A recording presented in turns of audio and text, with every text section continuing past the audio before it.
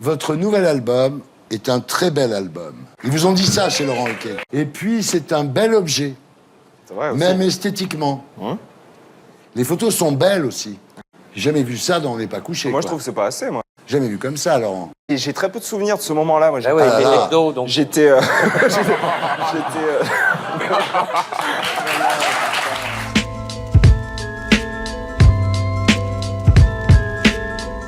Laurent Baffy, c'est l'enfant terrible de l'humour français. Avec ses vannes acérées, son goût pour la provoque et son sens inimitable de la répartie, il s'est imposé comme l'un des snipers les plus redoutés du paysage audiovisuel. Tour à tour auteur, chroniqueur, metteur en scène et écrivain, Baffy a bâti une carrière faite de succès, de coups d'éclat et de polémiques. Toujours sur le fil du rasoir, il revendique une liberté totale, faire rire, choquer, déranger, mais toujours pour provoquer la réflexion. Dans cette vidéo, je vous propose de plonger dans son parcours. Son enfance modeste, ses débuts discrets, ses collaborations marquantes avec notamment Thierry Ardisson, mais aussi ses engagements personnels et ses prises de position souvent tranchées. Préparez-vous à découvrir l'histoire d'un humoriste pas comme les autres, qui a fait de l'insolence une véritable signature. Laurent Baffy naît le 18 avril 1958 à Montreuil, en banlieue parisienne, dans une famille modeste. Fils d'une femme victime de violences conjugales, coiffeuse, Laurent Baffy grandit dans le 20e arrondissement de Paris. Il abandonne l'école en classe de 4e pour commencer une formation de comptable. Pas de milieu artistique, pas d'accès direct au spectacle et ou à la culture populaire, mais une ambiance familiale simple, assez ordinaire. Très vite, le jeune Laurent montre un sens de la répartie et de l'humour qui étonne son entourage. Il est ce qu'on appelle un casse-cou, toujours prêt à faire une blague, à taquiner. Et cette nature espiègle, ce goût pour la dérision, c'est sa manière de se construire et d'exister dans un monde parfois difficile. Durant sa jeunesse, il se démarque par son intelligence vive et son goût pour l'humour noir. Quand il arrête l'école, il tente sa chance dans le monde du spectacle, sans bagage ni réseau. Dans les années 80, le paysage médiatique français est en pleine transformation. Canal+ est créé en 1984, ouvrant la voie à des formats innovants, plus libres, plus décalés. C'est dans ce contexte que Laurent Baffy commence à écrire et collaborer en coulisses. D'abord comme auteur pour la radio, notamment pour France Inter, puis pour la télévision. Très rapidement, il se fait remarquer pour son style unique, des blagues courtes, piquantes, directes, parfois grinçantes, qui cassent les codes habituels. Par exemple, il signe des textes pour des émissions comme Nulle part ailleurs, où la créativité et la prise de risque sont encouragées. Mais son ambition ne s'arrête pas à la plume. En parallèle, il monte ses propres spectacles, d'abord dans de petites salles parisiennes, café-théâtre, où il peut tester son humour face à un public. C'est là qu'il développe son personnage provocateur ou bienveillant. Un homme qui dit tout haut ce que tout le monde pense tout bas, mais sans méchanceté gratuite. Cette période, c'est aussi celle où il apprend à maîtriser le contact avec le public. Le rythme, le timing des punchlines, des silences, c'est une école exigeante, parfois difficile, mais essentielle pour le performeur qu'il deviendra. On parlait d'évolution des mentalités par rapport à l'homosexualité. Un truc d'intellectuel, là, je me casse. C'est un truc compliqué. Non mais arrête, on va parler pédophilie, attends. Ainsi, ces années dans l'ombre, souvent méconnues, sont en réalité la forge où se construit le sniper du PAF, capable de décocher des flèches acérées avec humour et justesse. Alors je le fais pas souvent, même jamais, je l'ai encore jamais fait, mais pensez à vous abonner pour me donner un petit peu de force et de courage pour réaliser d'autres portraits. Et on continue la vidéo tout de suite. Moi, j'ai rencontré Laurent il y a très longtemps, mais je pense que tu t'en rappelles pas. Oh là, ah bah non, c'est pas que je pense, on en est sûr maintenant qu'il s'en rappelle pas. L'histoire est folle. J'étais tout jeune comédien, j'avais 17 ans et je traînais beaucoup dans le Marais parce qu'il y a beaucoup de théâtre. Et donc je suis à la terrasse avec des copains et je vois Jean-Marie Bigard à l'autre bout de la rue. Moi, je suis un grand fan de Jean-Marie Bigard, mon sang fait qu'un tour, je bondis de ma chaise, je fonce le voir, je fais je connais vos sketchs par cœur, vraiment, c'est vous qui m'avez donné envie de faire ce métier. Merci beaucoup, je suis un grand fan. Et Jean-Marie, il est très touché, il fait bah merci mon petit, c'est gentil. Et là, sorti de nulle part, je vous jure que je l'avais pas vu. Il y a Laurent Baffy qui arrive et qui dit et moi, je t'ai pas donné envie de faire ce métier, petit PD. Ah, on le reconnaît bien. Ah bah oui, c'est bien Baffy. Ça lui ressemble. C'est votre premier contact avec Laurent Baffy? C'est mon tout premier contact. Ah oui, on raconte pas le deuxième? Non. Après avoir affûté son style dans l'ombre, Laurent Baffy fait son grand saut à la télévision. Dans les années 90, Laurent Baffy trouve un terrain de jeu idéal aux côtés de Thierry Ardisson dans l'émission Double Jeu, diffusée sur Antenne 2 puis France 2. Officiellement cadreur sur le plateau, il détourne en réalité son rôle pour balancer des remarques assassines en direct, créant un décalage inédit à la télé. C'est aussi là qu'il inaugure son fameux The Baffy Show, une séquence de caméras cachées et de micro-trottoirs où il teste son humour grinçant au contact du public. Cette chronique, à mi-chemin entre provocation et observation sociale, installe définitivement Baffy comme le trublion du petit écran, capable de surprendre autant les invités que les téléspectateurs. De 1996 à 97, sur Canal+, il co-anime avec Philippe Gildas l'émission Nulle part ailleurs. Placé sur le plateau à côté de Gildas, Baffy est censé intervenir ponctuellement, toujours dans le rôle de sniper, mais mal à l'aise, il se montre peu inspiré. Il devient dès lors l'une des principales cibles des auteurs des Guignols. Son talent pour le jeu de mots et les calembours lui valent rapidement une réputation d'homme de lettres drôle et insolent. Mais c'est surtout à la radio qu'il va imposer son style, en particulier avec l'émission culte Les Grosses Têtes sur RTL qu'il rejoint en 1998 aux côtés de Philippe Bouvard. Laurent Baffy apporte une nouvelle énergie à l'émission avec son humour parfois noir, parfois absurde, mais toujours intelligent. Donc c'est une fille qui est au supermarché et il y a un type à la caisse et là sur le tapis elle met une demi-baguette, une tomate, un steak haché, un yaourt et une canette de coca. Le mec la regarde, il fait pardon madame mais vous devez être célibataire. Et la fille dit bah oui mais comment vous savez ça? Et le type fait c'est simple, vous êtes moche. Alors je vais te dire... Il devient la figure incontournable du programme, réputé pour ses blagues à double sens et son esprit vif. Par exemple, une de ses phrases célèbres reste « Il faut savoir rire de tout, mais pas avec n'importe qui ».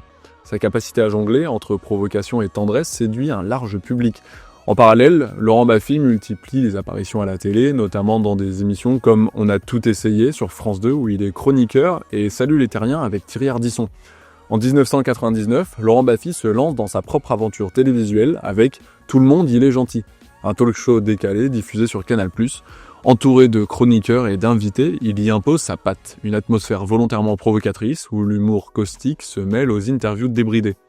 Fidèle à son goût pour l'impertinence, il n'hésite pas à bousculer ses invités, à détourner les codes classiques du plateau télé et à multiplier les séquences inattendues. Si l'émission ne dure qu'une saison, elle marque néanmoins les esprits par son ton unique et confirme Baffy dans ce rôle d'agitateur médiatique, libre de toute convention. Cette période marque la montée en puissance du personnage Baffy, un humoriste qui ne fait pas dans la demi-mesure, qui aime déranger, mais qui sait aussi faire preuve d'une grande finesse. C'est également à cette époque qu'il commence à écrire pour d'autres artistes et à signer des premiers one-man shows à succès. Ce chapitre de sa carrière est fondamental car il transforme un auteur discret en une personnalité publique incontournable du paysage audiovisuel français. Oh, ça c'était la semaine dernière dans mon jardin. Oui, on a des figues, ça y est.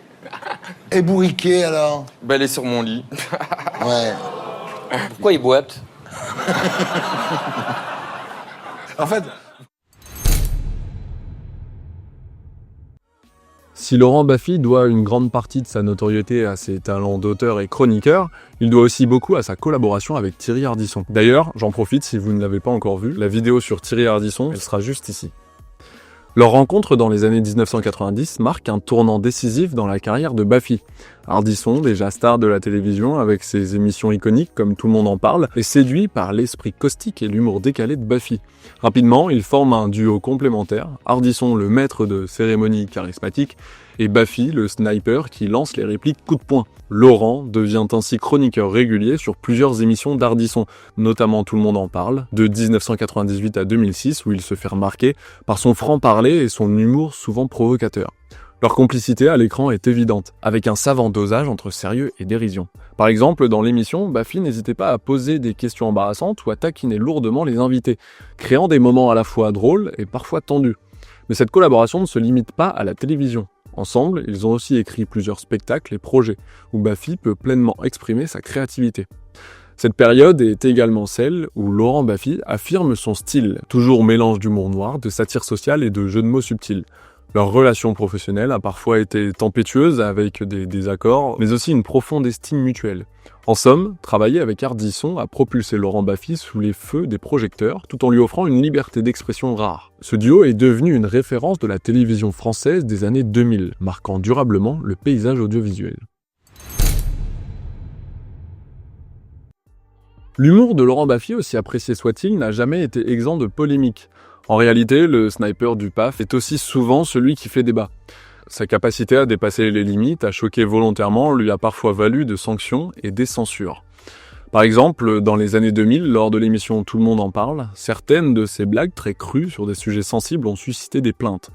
L'une des plus célèbres remonte à 2003 quand il ironise sur les accusations de pédophilie de Michael Jackson, ce qui déclenche un tollé dans les médias et une réaction vive du public. De même, plusieurs radios et chaînes de télévision ont dû modérer ses interventions, parfois coupées au montage afin d'éviter les polémiques excessives.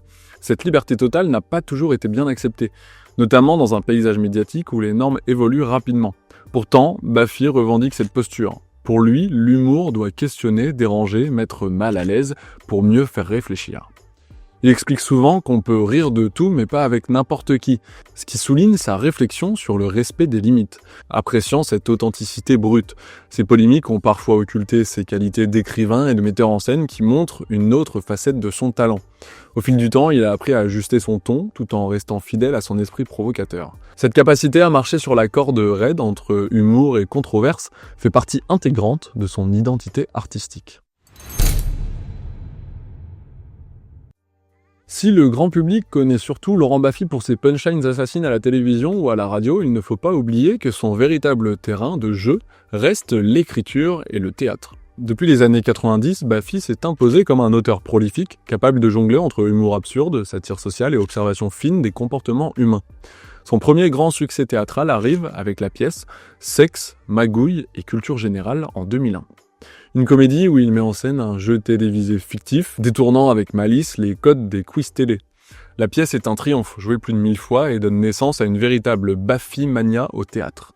En 2005, il frappe encore plus fort avec Toc Toc, une comédie autour de patients atteints de TOC, troubles obsessionnels compulsifs, qui se retrouvent dans une salle d'attente. Avec ce mélange de tendresse et de situations absurdes, la pièce devient un phénomène mondial. Traduite dans plus de 20 langues, elle est jouée en Espagne, au Canada, en Argentine, en Russie. Un exploit rare pour une pièce d'humour française. Puis vient Les Bonobos, en 2011, où 3 amis handicapés, l'un aveugle, l'autre sourd, le troisième muet, tentent de séduire des femmes. Fidèle à son style, Baffy ose traiter des sujets sensibles avec un humour décalé mais jamais gratuit, en cherchant toujours à humaniser ses personnages. En parallèle du théâtre, Baffy s'est aussi essayé au cinéma en tant que réalisateur. Son film, Les Clés de Bagnole en 2003, une comédie absurde et méta qui a divisé la critique mais a marqué par son audace et son originalité. Il est fait pour un public plus niche, un public fan d'humour absurde. En tant qu'écrivain, il publie plusieurs ouvrages où il mélange confidence, humour et réflexion. Parmi eux, Le Dictionnaire de Laurent Baffy, en 2011, un recueil de définitions décalées qui témoigne de son goût pour le jeu avec les mots. Que ce soit sur scène, dans ses livres ou au cinéma, Laurent Baffy démontre une créativité débordante, toujours guidée par le même principe, faire rire en bousculant, surprendre en dérangeant, mais sans jamais perdre le contact avec son public. Cette part d'auteur et de metteur en scène, souvent moins médiatisée que son rôle de sniper télévisuel, révèle un artiste complet, passionné par les mots et par le spectacle vivant. Le journal américain. Kay Graham, c'est une femme qui avait hérité de ce journal, propriété de son père, mais dirigé par son mari, parce qu'on considérait évidemment à l'époque, et je ne suis pas sûr que ça ait tellement changé, qu'une femme était incapable de diriger un grand groupe de presse. Là, tu l'as prouvé. C'est ce que je voulais t'entendre dire. Au-delà de sa carrière artistique, Laurent Baffy est aussi un homme engagé dont les convictions personnelles ont souvent éclairé ses choix et ses prises de parole publiques. Alors vous vous en doutez, très tôt, il a défendu la liberté d'expression, un principe fondamental pour lui qu'il considère comme le socle même de l'humour. Dans une interview donnée en 2015 à Le Monde, il affirmait « L'humour doit pouvoir tout dire, même ce qui dérange, sinon il perd sa force et sa vérité ». En fait, c'est une citation qu'il fait souvent sous la même forme. Cette formule, « l'humour doit pouvoir tout dire », revient assez souvent dans ses interviews. Cette défense intransigeante de la liberté d'expression l'a parfois mise en opposition avec certains courants de pensée, mais il n'a jamais dévié de cette ligne. Ah oui, c'est vrai. Je sais pas lequel des deux, parce qu'on oublie que finalement... Quoi ? C'est vrai. Mimi, t'es comme moi. Tu veux dire que c'est... Il y a un moment, tu... Ouais. Non, mais si. Mais non, mais on non. oublie. Pareil pour Garou et Mimi. Hein. Mais... Par ailleurs, Laurent Baffy est un fervent soutien des causes liées à la santé mentale. Il a régulièrement participé à des campagnes de sensibilisation contre la stigmatisation des maladies psychiques, témoignant souvent de son expérience personnelle avec des proches. Par exemple, en 2018, Il a collaboré avec l'association SOS Amitié pour encourager le dialogue et l'écoute, déclarant « Parler, c'est déjà guérir un peu ». Sur le plan personnel, Baffy est connu pour être un homme discret, préférant garder sa vie privée à l'abri des médias. Il est cependant très proche de sa famille et de ses amis, ce cercle restreint qui lui apporte équilibre et soutien. Ces relations sont marquées par une grande loyauté et une capacité à écouter, contrastant son image parfois provocatrice. Par ailleurs, il cultive une passion pour la musique, notamment le jazz, qu'il considère comme une source d'inspiration et de détente. Côté engagements sociaux, il est aussi investi dans la défense de l'environnement, participant à des événements de sensibilisation et encourageant ses fans à adopter des comportements responsables. Si Laurent Baffy est surtout connu pour son humour décapant, il cache aussi une facette beaucoup plus tendre et engagée, son amour pour les animaux. Depuis des années, il soutient activement la cause animale en apportant sa voix à des associations comme L214, l'ASPAS ou encore CIWF. En 2022, il franchit même un pas symbolique en se présentant aux élections législatives sous la bannière du Parti animaliste.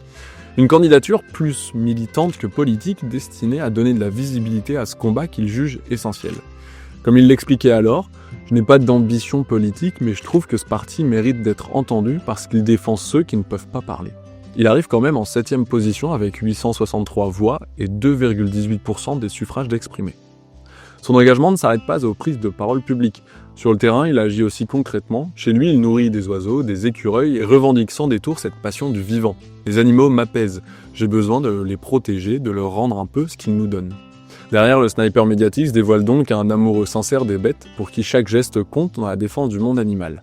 Enfin, il a souvent pris position contre les discriminations, notamment l'homophobie et le racisme, en utilisant son humour pour dénoncer l'intolérance.